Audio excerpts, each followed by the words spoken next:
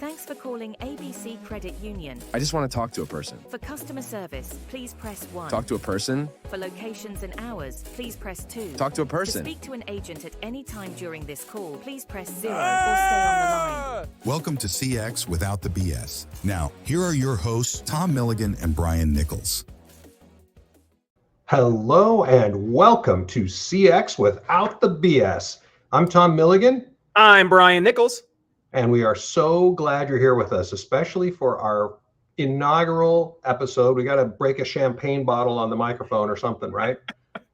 I don't have any champagne, Tom, and I don't drink. So I'll just I defer to you on that one. Well, I don't have any champagne and I drink very, very rarely. So, you know, somebody out there.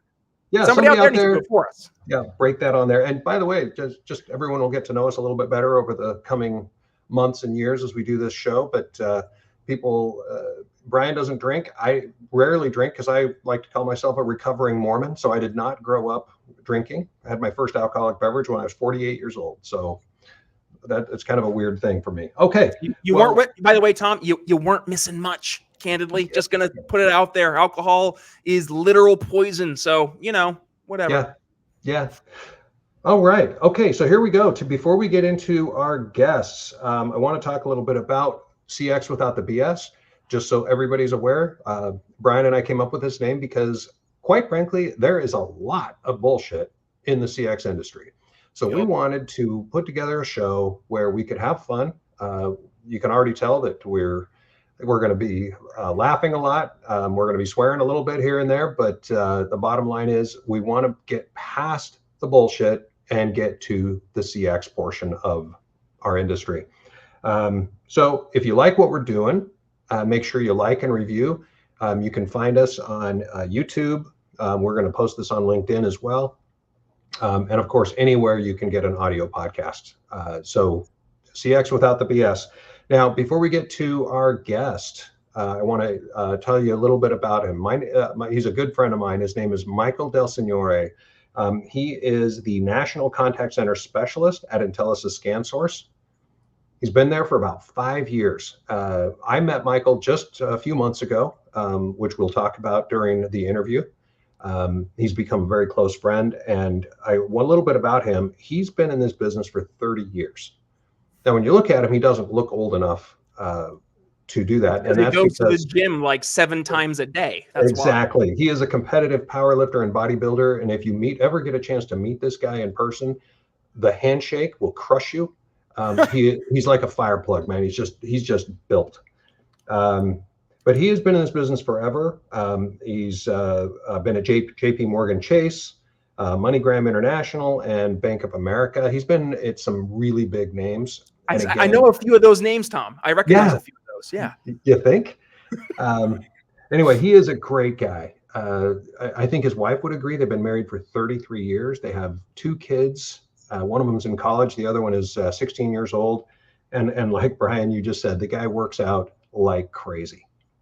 So he made me feel bad, by the way, Tom. I thought I was in shape. I used to weigh 385 pounds. I lost a ton of weight. I got really, really fit. And then he's like, oh, my max bench, whatever he said it was, like in the 400s today. 6 million pounds. Yeah, my brain just was like, okay, you're nothing. Michael is a literal god. So whatever, no big deal. Yeah. Just kind of feel bad about myself over here. Exactly. I didn't know you'd lost that much weight. I had no idea. Yeah, I used to weigh 385. Ended up, I started doing a whole diet and exercise thing back in the day. Lost 180 pounds. Wow, good for you. I had no idea. I got to see the before picture, man. Oh, okay. I'll have to dig it out for you, Tom. You've seen my before pictures. I've lost about 85 pounds over the last several months, and so same thing. You've seen my befores. Well, how about this? We'll go through the conversation, and then we do our wrap up afterwards. If folks stick around, maybe I'll be able to bring a photo from the archives. There you go. Well, with that, then let's get right to the interview with Michael Del Signore. All right, welcome to the show, Michael Del Signore. Well, Tom, I appreciate the invite. Like I said, I am honored to be a part of your show today. Well, I'll tell you what, when Brian and I decided to put together CX Without the BS, we were trying to figure out who we would invite, our friends and colleagues in the industry and outside of the industry. And I said, who better, seriously, than my friend Michael Del Signore? So we're really grateful that you were willing to be a part of this. Yeah, well, thank you, guys. Well, Pleasure so to be we, here. we've already talked about just what an amazing career you've had. And just so our listeners know, I will tell you this: Michael and I met the first week of October in Orlando at the Intellisys, the ScanSource Channel Connect show. So we've only been friends for about 6.5, 7 months, but it's been we've done a few deals together. We've been to a few shows together, and I'll tell you what, there's probably no one I would rather be in business with than Michael Del Signore. Well, thank you, Tom. Yeah, you're right. It hasn't been that. It feels, it's one of these situations where you feel like you've known somebody for many, many years, right? But you're right. When I think about it, it was back in Orlando. So it's something. And we just kind of connected, right? We kept in touch and shared some funny stories along the way, but, kind of focused on our CX, our kind of what we do for a living. But yeah, no, we had some interesting conversations. Excellent. Well, like everybody knows, because we've already made that introduction, you work for ScanSource/Intellisys. Should we just call it Yes. Intellisys? Intellisys ScanSource, yes. ScanSource being our parent company. They acquired Intellisys, I want to say about 8 years ago. I've been here 5. So it was, definitely 2 or 3 years before I started. Okay. So clearly you think that Intellisys is the way to go. If you're going to be a partner, referral partner, sub-agent, whatever we call them this week, I know it changes. that you should be a referral partner, we'll just call them a partner of Intellisys. Tell us why. Why do you think they're better? Well, you know what? Obviously there's a lot of tools out there and that everyone uses, the partners and all, but I think it really, for us, it really boils down to our resources. I really believe that we have, and of course, obviously a little bias here because I work for the company, but no, I've been in this business, as you know, 30 plus years. I've led a lot of teams, a lot of engineers, a lot of analysts, a lot of project managers for a lot of Fortune 50 companies.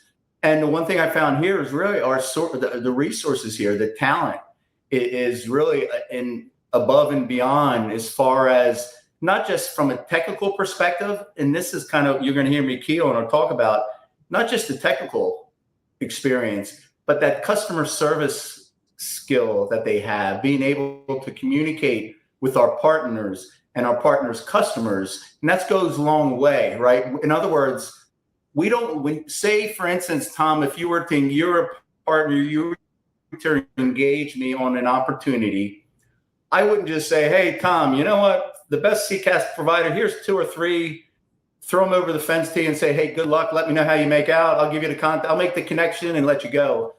We don't do that, right? We stay with you throughout that whole process, that whole sales process from the very beginning, meaning the discovery, understanding, the customer needs and wants. And we are customer facing. So we will jump on a call with our partner, with their customers, right? Again, our mentality is we're a part of your team, meaning part of the partner's team. We work for them on opportunities. I always say we're dotted line to them on opportunities. So we stay with them throughout that whole sales process. And I'm not saying our competitors don't do that as well. I'm just saying that that's kind of what we do. And I think that's what sets us apart, because you can go out and buy all the fancy tools you want. You can have all the beautiful marketing campaigns and all these other things, but it really comes down to the resources and what they bring to the table. I agree. Well said. I don't even know what more could be added to that. Brian, you have any thoughts? So not so much to add, but I do have a follow-up question, Michael, and that goes kind of to what we've seen over the past 4 years, right? COVID hits back in March 2020. The entire business environment, frankly, our entire world changed, right? So yes. We look at the way that companies were trying to get in touch with each other, but also their customers. How has that changed the CX industry? And specifically, as you're going out with Intellisys and you're meeting with customers, what are some of those common pain points when you had all of a sudden, hey, we're all working from home starting tomorrow and going forward to today? Brian, you hit it on the head. It dramatically changed, right? And it's funny. So like I said, I've been here 5 years. So pre-pandemic, my job was to kind of be the evangelist, right, with our partners and kind of talk about the benefits of CX, et cetera. And some were like, okay, yes, that sounds great. Others were like, no, not right now. We're fine. My customer's on a premise PBX and they're fine there. But when COVID hit, all of a sudden I started getting those phone calls back to say, hey, Michael, remember we had those conversations not too long ago about moving to the cloud. We want to move to the cloud. Because Brian, you're right. When people were told starting tomorrow, everyone's working from home, it changed everything. Right. And because think about it, guys, and we've been in this business a while, working from home before was kind of like a luxury, right? You know what, boss, I'm going to work on Friday from home. I'm going to catch up on some emails. It's a light day. I'll check some emails. But when we were all told, not necessarily us, because we're used to remote, but when the companies were told starting tomorrow, everyone's working from home, it was, excuse my French, it was a shit show for a lot of companies. Absolutely. I didn't mean to be the first one to cuss, Tom, but yeah. That's right. Our inaugural swear word on the CX. Hey, we are CX without the BS. So absolutely. Right. I love it. No, that's but great. So I'm glad you brought that up, Brian, because it's true. Everything changed. As you know, the whole world changed. And what I tell people is I think we can all agree that was really nothing good about the pandemic, right? I mean, in general. But what it made people realize that weren't prepared from a technology perspective, man, they had to get moving. They had to now all of a sudden start thinking about, where they wanted to be, their technology roadmap or digital, conversion, as you hear, and all these other things that they throw out. So no, good point, Brian. I'm glad you brought that up. Thank you. Yeah, no, Tom, I know we were also digging into some questions about AI stuff. Do you want to kind of go down that rabbit hole? Well, I think AI is one of those things that we could spend literally the rest of our conversation talking about AI. So before we get to AI and go down that, whatever we're going to call it, I'll call it a rabbit hole because I'm trying to be nice. I would like to know a little bit more.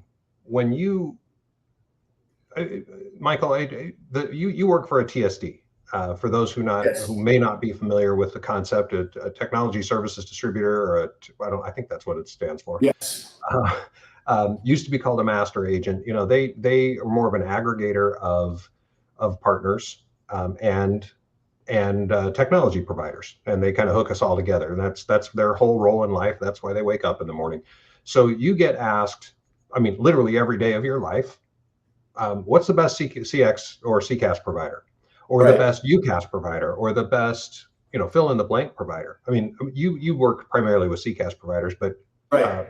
Intelisys works with, I don't know, hundreds of technology providers. Correct. Yes. All the technology pillars. That's right. And how many CCaaS providers are in your books? God, we have probably we have a total of 400. I want to say, depends on what day it is, 400 plus suppliers in our portfolio against all the technology pillars. And then if you break it down for CX and UCaaS, we'll combine because, they offer both. Some of them do. I'd say probably 100, maybe 50 to 100 range. I know that's a broad range, but in that neighborhood, right? And there's some that, I call my go-tos, right? That I utilize a lot. I know what they can provide. I know where they fit. I know their sweet spots, so to speak.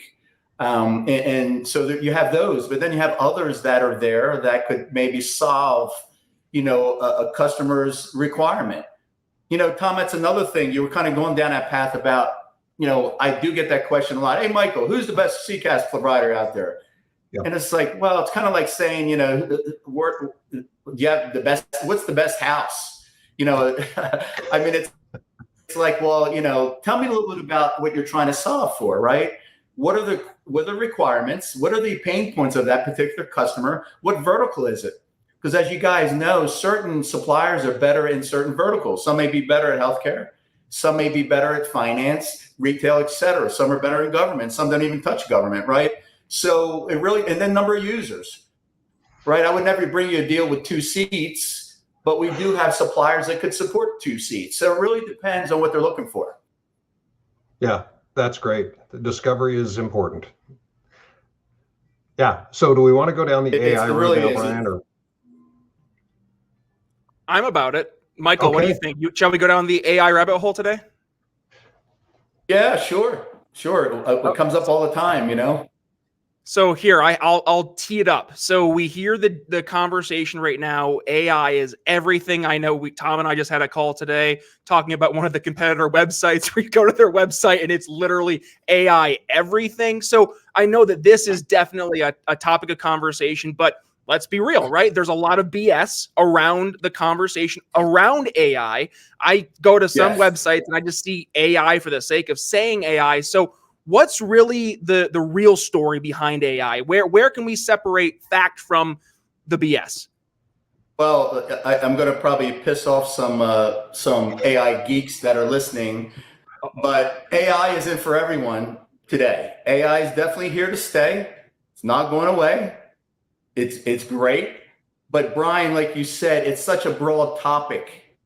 You know, I mean, if I see another company that pops out of the woodwork, and all of a sudden now they've added that AI at the end of their name, I'm probably going to throw up because we see so many. I'm sure, guys, in probably a year or so, you're going to see 7-Eleven AI, Walmart AI, right? I mean, it drives me nuts. Hey, listen, it's here to stay, but it really, again, kind of like requirements. It depends on, what, are you talking about maybe something up front, right? For that customer, maybe doing more self-servicing. Are you talking about machine learning? How about on the back end with analytics, right? Things of that nature, sentiment analysis, all these things rolled into one. And I think for some customers, for a lot of customers, it's very confusing. For that reason, Brian, you said, AI, and it's another, I guess, pet peeve of mine. I hope this doesn't turn into like a bitching session, but whatever it is, if that's what we have to talk about, there's no BS here. No, but another pet peeve of mine is when, I guess I feel passionate about this because I came from the client side and I used to hear not a lot about AI at that time, but other things. And so I'm very passionate about protecting my partners with their customers, right? I was in their seat. So I have a different perspective. Anyhow, no, I mean, like I said, AI is here to stay without a doubt. It's just how do you use it? And, as you guys know, AI has been around for many, many, many years. It's just recently, probably 3 or 4 or 5 maybe years, is where we can actually do something with that information that we're capturing, right? So I just think we have to be careful on how we present it to customers because it is scary for them, right? AI, oh my God, AI, it doesn't always mean replacing humans. It doesn't always mean things of that nature, right? So we have to be careful when we're talking about AI. We really have to understand, and that's the exciting part from my perspective is fitting in where AI could help a certain customer. They're not going to know. And that's why we have to break it to them very easily without overwhelming them, right? So I don't know if that really answered your question, but it's obviously a hot topic and it's a good topic. Well, and it's one of those situations, right, where AI, because it is such a buzzword, and by the way, Tom and I were trying to figure out the name for the show back when we were brainstorming, and we were like, do we want to bring in the fact that there are so many buzzwords in the CX space, and AI is definitely now a part of that? Yeah. It's everywhere, and it's so hard for the customer to really like dig through the noise, because if everybody is saying, I can do AI, no, I can do AI better, and it's across the board, it just turns into, and pardon the expression, it's a pissing contest at that point. Yes. Versus how is this usable? How can I actually get value and benefit from this? That's the word, usable. How is this usable? Now, all this great information that we can find, the analytics, statistics, all that rolled into one, how can we really help the customer? And guess what? What's the ROI? Right. Again, that's customers going to want to know, right? Man, this is awesome. But what's my return on investment? Yeah, that's kind of the challenge sometimes. Yeah, I was talking to a partner just the other day. You know Artie. I was talking to Artie the other day, and we were talking about how to sell AI. What is the right way to sell AI? And we had the same. Well, it has to be usable. It has to be something for the customer. The problem is, unfortunately, for the poor customers of CCaaS providers, they don't know what they don't know, and they don't know what they need. They just have heard AI so many times, it's been beaten into their heads. And so they say, hey, do you guys have AI? They don't know what it's supposed to do. So I think as a message to all of us in this business, we need to be able to say to these customers, here's what we want to do here, after we've done the discovery and we say that they, like, for example, they take an average of 4 minutes after every call summarizing the call. Well, we want to use AI to shorten that to nothing. It's a use case rather than a buzzword. Yes. And I like that approach. And one thing I always like to talk about too is the crawl, walk, run approach when you're dealing with certain customers, because again, it can be overwhelming. We're all passionate about all the features that there are available. And, you got to be careful again, because you keep in mind, a lot of these customers, not most, are still on-prem. They have dial tone today and a couple of features right above that. They may have some other reporting and this and that. I get it. So we got to be careful. And I see it in their eyes when we're talking to customers that they're kind of sounds, it's like overwhelming. I always like to break it down in kind of like 3 phases. I like to talk about what AI can do up front end with self-servicing, maybe IVA, intelligent virtual agent, et cetera. Maybe it's in mid-size, kind of like you're talking about, Tom, maybe just shortening call length, maybe like agent assist, right? Helping out there. And then on the back end with some of the analytics, understanding, call sentiment analysis and all that stuff. I kind of like to break it into just a couple of components like that, kind of help them understand. And instead of just trying to throw it out, we got all these features with AI, we can help your customer. That's not going to work. Exactly. One thing I wanted to just call out as well, because I think the forgotten persons in this conversation are the end line employees, or the frontline employees, right? Because who are the folks that are actually going to have to leverage this stuff day in and day out? It's your call center agents, right? It's your customer success folks. So if we're just saying, okay, we have all these really cool new features that are AI, learn it, and there's no real understanding of how this applies to the job and actually makes it tangible, right? Then you're overwhelming your agents for the sake of saying, well, we have a new tool, it's shiny, it's great, use it. And not seeing the value then come thereafter. It's a no-brainer. It's because you just threw AI at somebody and said, good luck, hopefully we get some value from this. Right. No, exactly. And that's why I said I'm all for, all the influencers that are out there talking about AI and all that stuff, although I don't agree with most of them. But I just think that, again, crawl, walk, run approach when it comes to AI working with customers, especially the larger ones, right? Again, these companies have been doing their old way, even though we all agree that's not the way to do it anymore.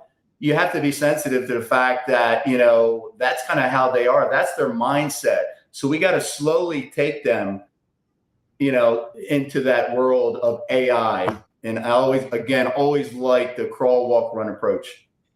All right. I have a follow-up question to all of this. Right now, and this is how it happens with every new technology coming into, and again, we talk a lot about CCaaS because that's where we all are, right? But every time a new technology comes in, whether it's, I'm old enough to remember when email was the hottest trend in contact centers. That's how old I am. But right now it's AI, and it happens with every new technology where you get these standalone organizations that handle email, again, back in the day. Then it was a chat provider, but then they slowly get folded into the tech stack of the CCaaS providers.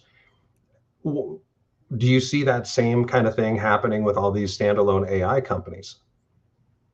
I do. I think, though, the advantage of the standalone AI companies is they're agnostic, right? They're vendor neutral. So I think right now they're maybe more attractive to certain customers that, again, don't want to rip and replace their existing platform, but they want maybe some additional analytics on top of what they have, right? And it could be your competitors too. It doesn't have to be I'll call them a Mickey Mouse company. It could be one of the leaders. But again, I see that a lot, and I see a lot of that shifting towards those standalone kind of niche players that they just offer a certain thing. Mm-hmm. But I think as you guys know, it changes. Things are in cycles, right? I mean, next year we may be talking about something else, right? I just think that we have to do a better job of listening to our customer needs. I have one more that I'm going to ask about that, and then I don't mean we don't have to get off of the AI train, but one of the things we've been talking about internally is that some of our larger competitors in the CCaaS space, their code base is more monolithic. It's not microservice, it's not Dockerized or containerized. It's just a big lump of code.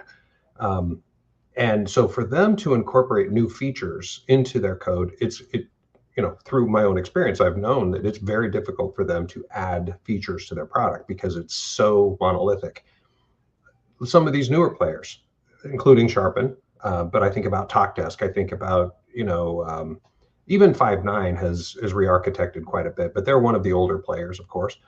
But I think the challenge that these bigger players, the older players are going to have is incorporating AI into that tech stack effectively and affordably.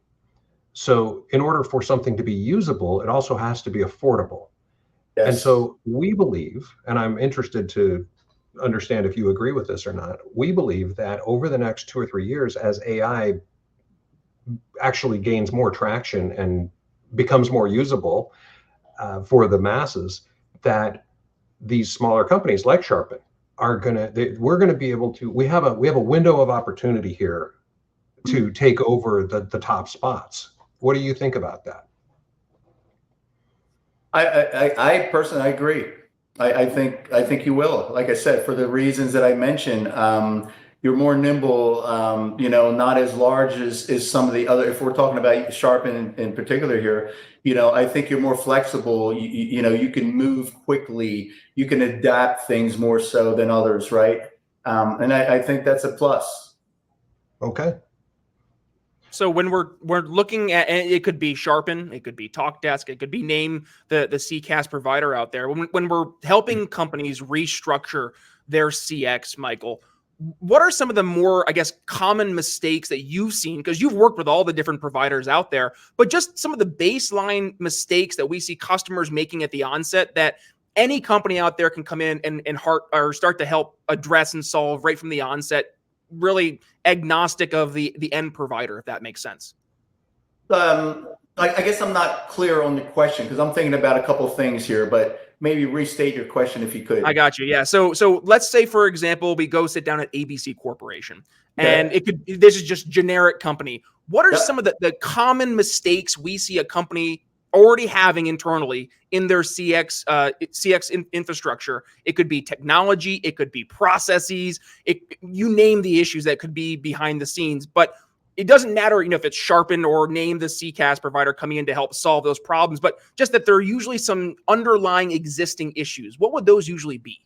Well, what I've seen with larger companies, again, and that's kind of where I spent most of my career, is really the processes in place or lack of, right? Or people. That's kind of where a lot of it starts. And I think that's where some leaders want to reach out and say, hey, can technology fix our problem, right? Our problems that we have. And I think that's where a lot of companies go, thinking technology is going to solve everything. And really it's not all the time, right? And I think that could be a challenge for a lot of companies. And I do see that a lot, right? We just got this nice CCaaS, we just upgraded, but we're still unhappy, or we have this or not working right. And come to find out, it's maybe the people that are managing it or the processes they laid in place. Again, sometimes people are quick to buy things without really thinking it through, right? And that kind of reminds me of, did a project this is before Intellisys with Omnichannel when it was first coming out. And, the customer said, I want Omnichannel. So we gave them Omnichannel. And guess what? It failed. Why? Because they were never instructed or trained on how to use it. You can't just throw, as an example, you can't just throw a chat feature out there and expect it to work without training people. Who's going to receive those chats? Mm-hmm. I tell people this all the time. When I go on somebody's website and I see a chat, I'll throw a question up, an easy question. All right. And I'll get a response back. I'm sorry, you're going to have to call our toll-free number. Now, what did that do for me, right? So if I'm testing this out and you got customers calling in, they're going to be ticked off. So again, a lot of these things have to be planned out. And really, it go back to what I said, it may not be for everyone today. It definitely will be down the road, but we just got to be easy and not be so pushy on trying to sell this technology, even though that's what we do for a living. I get it. But again, I think there's ways to do it, Tom. And you mentioned earlier, being like a Sharpen, you can afford to do some of those other things, add-ons, IVAs, and things like that without ripping and replacing, right? And I think that's a benefit. Yeah. Hey, really quick, Tom, I just had one more follow-up, and that kind of goes to the importance of not just throwing the technology at people and really trying to understand what the main goal we're trying to accomplish is. Because I've seen this, right? You have that magic wand question. Like, if you had a magic wand, what would you want to implement to make things perfect? And, it could be like, oh, I wish I had an AI tool to just make everything great. Or I wish I had, back-end automation, or I wish I had data and analytics, like whatever it may be. But if you don't have the actual understanding, the knowledge base to help understand how to actually bring this technology and use it as a value add versus a value taker, what ends up happening, and this is kind of going to my other point, is that let's say you're a customer and you're calling it, or you're going to that chat bot, you're thinking this is going to be an easier way to get in touch with a company. And all of a sudden you're getting not only a roadblock, but now it's causing you to go above and beyond, just get in touch with a company. So just from the fact that the technology didn't work right, you already have a negative perception of that company, versus just if you had gone through the process you had already had in place, just calling that toll-free number or calling that mainline number and having Susie at the front desk answer. Like, that might be the best use case for certain companies right now, until they are able to not just bring the technology in-house, but have the understanding of how to actually leverage it effectively. Yeah. Good stuff. Hey, I have a question for you, gentlemen. So, a lot of companies, as I like to think people are forcing everyone to go to, digital, to stay away from calling in. But there's still, as you guys know, a ton of people still using toll-free numbers, right? Absolutely. That's not going away anytime soon. So what are your thoughts on those companies that want to steer their customers away from dialing in? Just use our chat, use our email or whatever, just website. I mean, I guess I see that every once in a while. I'll come across that where, man, I can't even contact this company. I have to send them an email. I know there's no chat, there's no toll-free number. Not that maybe I want a toll-free number, but there's nothing. How do I contact this company? It's almost like they're forcing certain people or certain clients. Does that make sense? Absolutely. I'll tell you my feelings. And you've got two generations here between Tom and Brian. He's a young buck. I'm an old man. And even though I'm an older guy, I prefer chat. I don't ever send emails. I never do customer service via email. But I will chat first every single time. But if there's not an easy way to get to a live operator, it just pisses me off. I'm opposite. Candidly, I'm the opposite, Tom. I want to talk to somebody on the phone ASAP. Like, really? I've been having issues trying to get my internet fixed here at home. And every time I need to get in touch with somebody, I'm not going to a chat bot. I'm not going to an email. I want to be able to talk to the person on the phone right then and there. So like I spent 7 minutes trying to go through a phone tree to get a live person for a very well-known internet and TV provider. And just sitting there on hold for 7 minutes, I was like, just give me the person, please. And that just frustrated me to no end, because so my little expression when I would teach my sales team is meet people where they're at. And if you're just trying to push your customers to meet you where you're at, they're not going to be your customers anymore. And that's why, well, the cable provider I called, I'm not their customer anymore. So take that for what it's worth. Ryan, I like how you phrased that, to pushing them another way, right? And that's kind of was where I was going. And I'm glad you kind of finished it there. Yeah, I mean, I'll tell you what, a perfect example. I was in Denver last week at an event. And, of course, the joys of travel. My flight was canceled coming back to Dallas, and was stranded in the air for 12 hours trying to get a flight back, right, due to weather here in Dallas. Anyhow, long story short, I'm a gold member, not really a big member with American, but I'm a gold member finally. It's starting to get some status back. Part of Austin Powers. I'm trying to change. What's that? You're on Austin Powers, the gold member. Got it. Oh, yeah. So I'm trying to get I'm trying to change my flight. I'm doing it online or, on my app, like I've done before. It's not working. It's getting frustrating. I called the toll-free number. Of course, I'm sitting in queue forever, and it says, please use your app instead of dialing us, or whatever the message said. I'm thinking, my gosh, I understand that, it's busy, and but it would have been nice to talk to somebody instead of trying to chat or this and that online. Because there was a couple of things I had to do. Change flights. I wanted to make sure this and that. And it was just a headache. But kind of like, Brian, like you were saying, even American Airlines is kind of forcing everyone, hey, just use your app. Okay, I love it. And I use it 99% of the time. The 1% time I didn't want to use, I couldn't. Yeah. So. Wow. I'll tell you what, I think as we wrap this up, first off, Michael, again, thank you for being our inaugural guest. This has been amazing. I have one last question for you. Drum roll, right? The proverbial drum roll. Yeah. And by the way, for our listeners, this is going to be the question we ask each of our guests.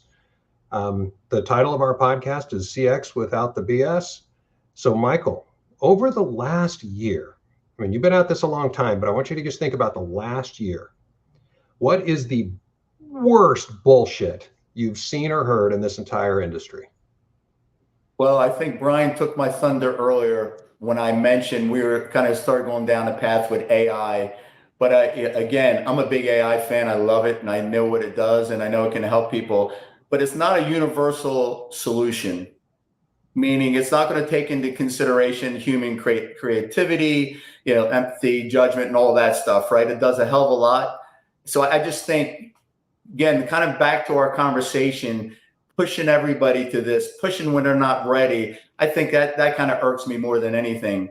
Again, taking it slow with these customers, not forcing things down their throat, meeting them where they are, Brian, as you said, I think is key. But I see that a lot, right? And again, we touched on it even earlier with a lot of these companies popping out of the woodwork with AI, trying to make that sell. And it makes you wonder if they really care about the customer, right? They're just trying to sell the product. And I get it. Believe me, I get it. But that's kind of, I would say, things that irked me in the past year or so. So basically, if I can restate that, you're saying that the biggest bullshit you've seen is the fact that, again, I don't want to put words in your mouth, I'm just trying to make sure I understand you, is that people are just trying to cram AI down the customer's throats, whether they need it or not, and whether it actually solves any problems or not. Yeah. And I've seen that, and not just with AI, I've seen that when the start of moving to the cloud, right? Mm-hmm. Customers weren't ready for it years ago.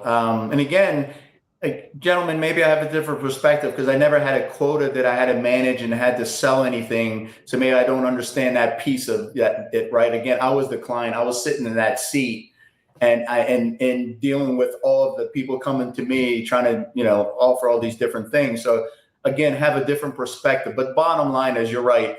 You got to take it slow. It's going to be here forever. It's not going away. And it's a great, great thing to use. I just think we got to really take it slow with a lot of customers. All right. So I have one final question. It has nothing to do with any of this. How much can you bench? Well, okay. There's always a story, right? Can never be an answer, right? So what age bracket? My 30s, 40s, 50s, or early 60s? How about what's your peak for your life? I've done 460. I've done a 460 before in competition. Are you shitting me? No. Now, so in Michael, competition, does that mean one press, or does that you have to do like 10 reps or something? No. And that's the question a powerlifter never wants to hear. How many times did you actually do that? No, it was just once. Okay. Well, that's one more time that I could love it though. No, it's a good question.